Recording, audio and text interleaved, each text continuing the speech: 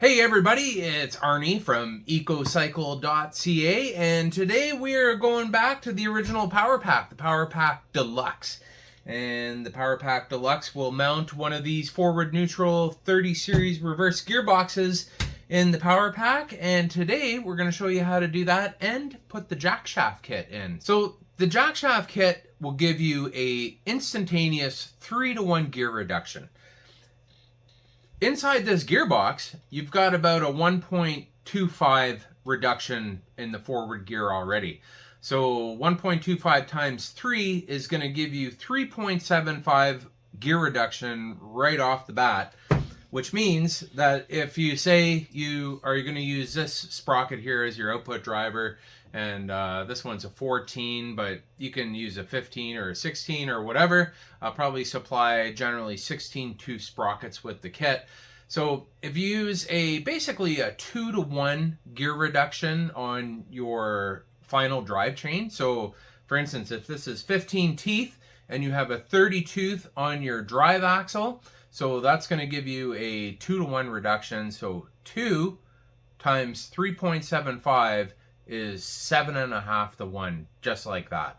And the sky is the limit with gear reduction. You could gear this thing way up or way down, and if you need something that's needs to run at a certain speed, or you just want to spin a big giant tire, or you got something that you just need to move slowly, like a trailer dolly or something like that, with just a boatload of torque, then the Jackshaft kit is perfect for you. So check that out, and if that fits your bill, then check out the PowerPack Deluxe with the Jackshaft kit.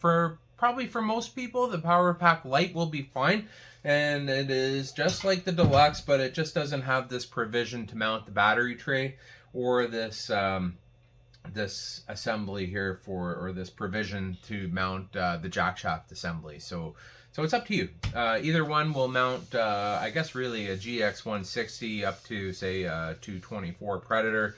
It's all the same bolt pattern, so that's what these are designed for. And let's put that Jackshaft in, and I'll show you how that's done.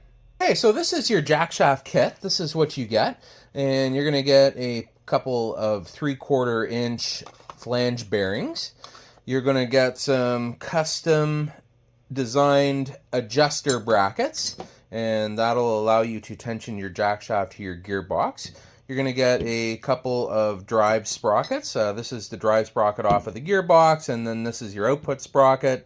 A couple 3/4 inch shaft collars, some adjuster bolts for your Jackshaft brackets, some retainer bolts for your bearings to your brackets, some washers just in case you need some spacing here or there. You can use those washers. We got a couple of pieces of key that are cut specifically for these two sprocket hubs. You've got the 3/4 inch keyed shaft, and you get a length of 420 series chain with a master link. So that pretty well encompasses the Jackshaft kit. So bear in mind, when you get your gearbox, you got to slip on the 420 sprocket. This is a 10-tooth sprocket coming off of your gearbox output, and it drives this 30-tooth sprocket, hence your 3-to-1 gear reduction. Okay, the first thing we're going to do is we're going to just slip this gearbox into the PowerPack bracket, and I think that this is probably the best way to do this now. So you're going to take your PowerPack bracket like so, and then you're going to slip your gearbox in like so, and it'll just sit nicely in there in the cavity. And then you're going to grab a few of these 5/16 by 5 inch bolts, and we're just going to take those nuts off, and we're going to start bolting in the gearbox. And we're going to just put one bolt in, and then we're going to slip a spacer in here like so. That's one, and that is 2.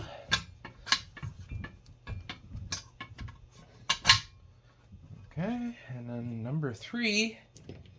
I'll just show you what's going on here.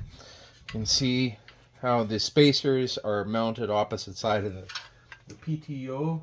Oh, can you even see that? Oh, there you go. How about there? Spacers are mounted opposite the PTO. And we got one more to go in here.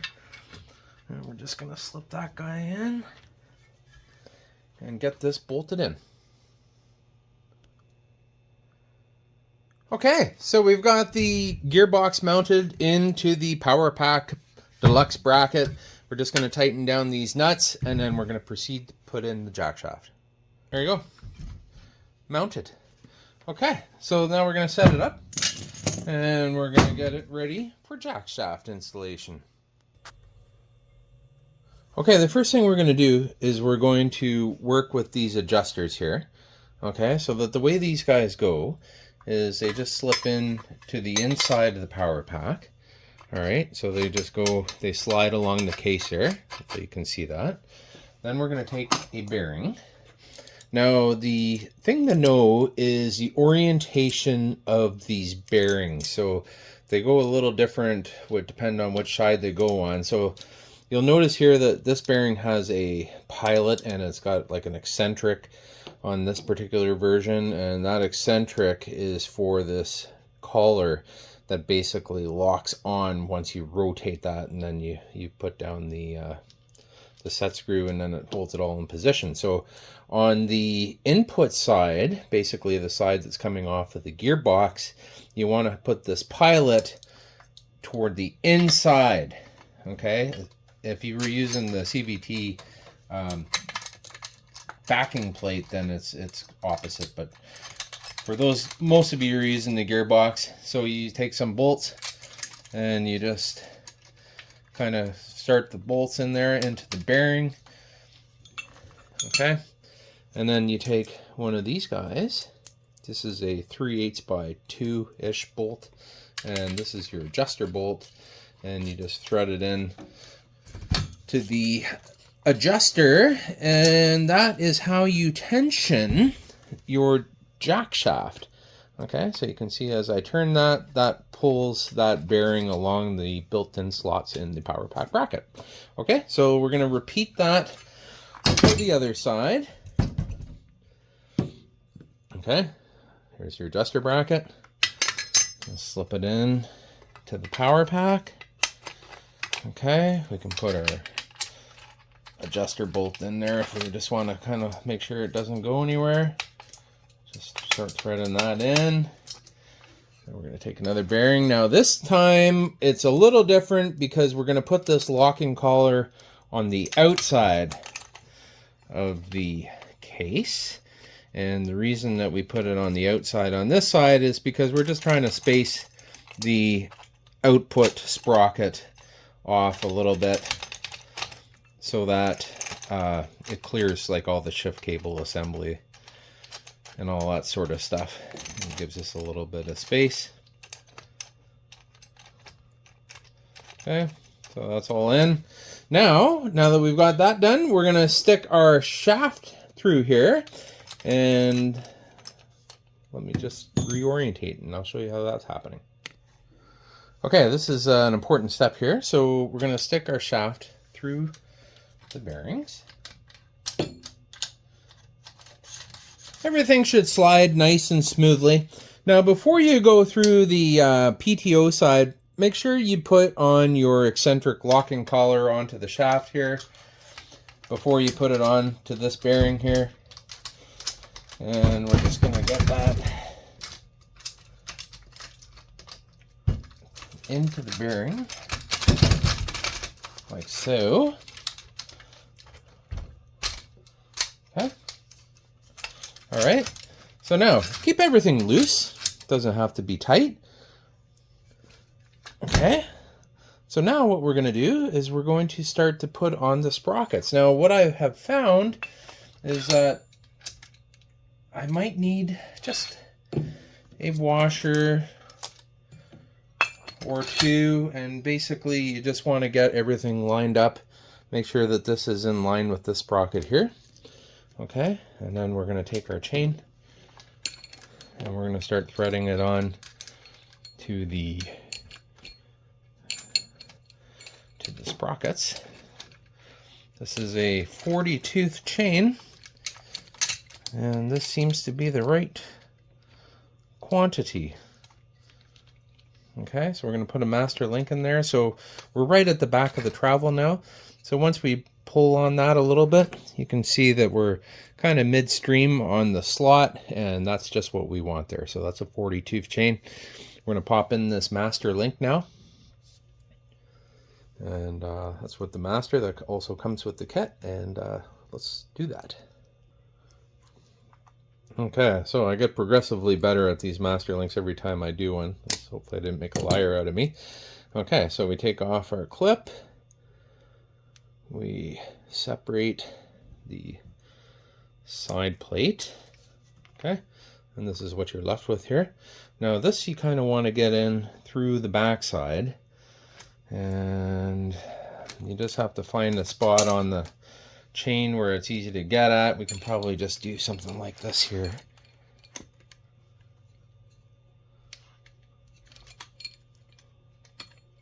Okay, and then thread it on to the chain. We're going to start taking up some slack on our adjusters now.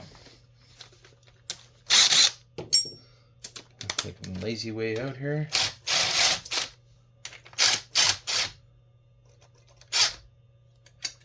Okay, that's too much. All right.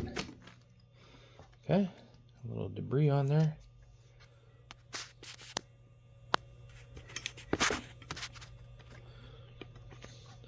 Okay, now we're just going to slip the side plate on. Okay, like so. And now, like I've said before, this is your clip here, and you want to make sure that this clip, the blunt end basically, is in the general direction of travel. It will reverse, because that's why you're doing this, because you want to reverse gearbox, and you click that on like so, and then that is pretty well it. Now we'll just tighten that up a little bit. You can see the chain is getting taut. Make sure that everything is roughly the same. Also, you'll notice here that there are two windows cut into the sprocket, and this is to facilitate access to your bearings. So we're just going to tighten that up a little bit for now. And we're going to put a shaft collar on here. We're going to push this shaft over. You should have maybe a 1/4 inch of shaft protrusion, plus or minus.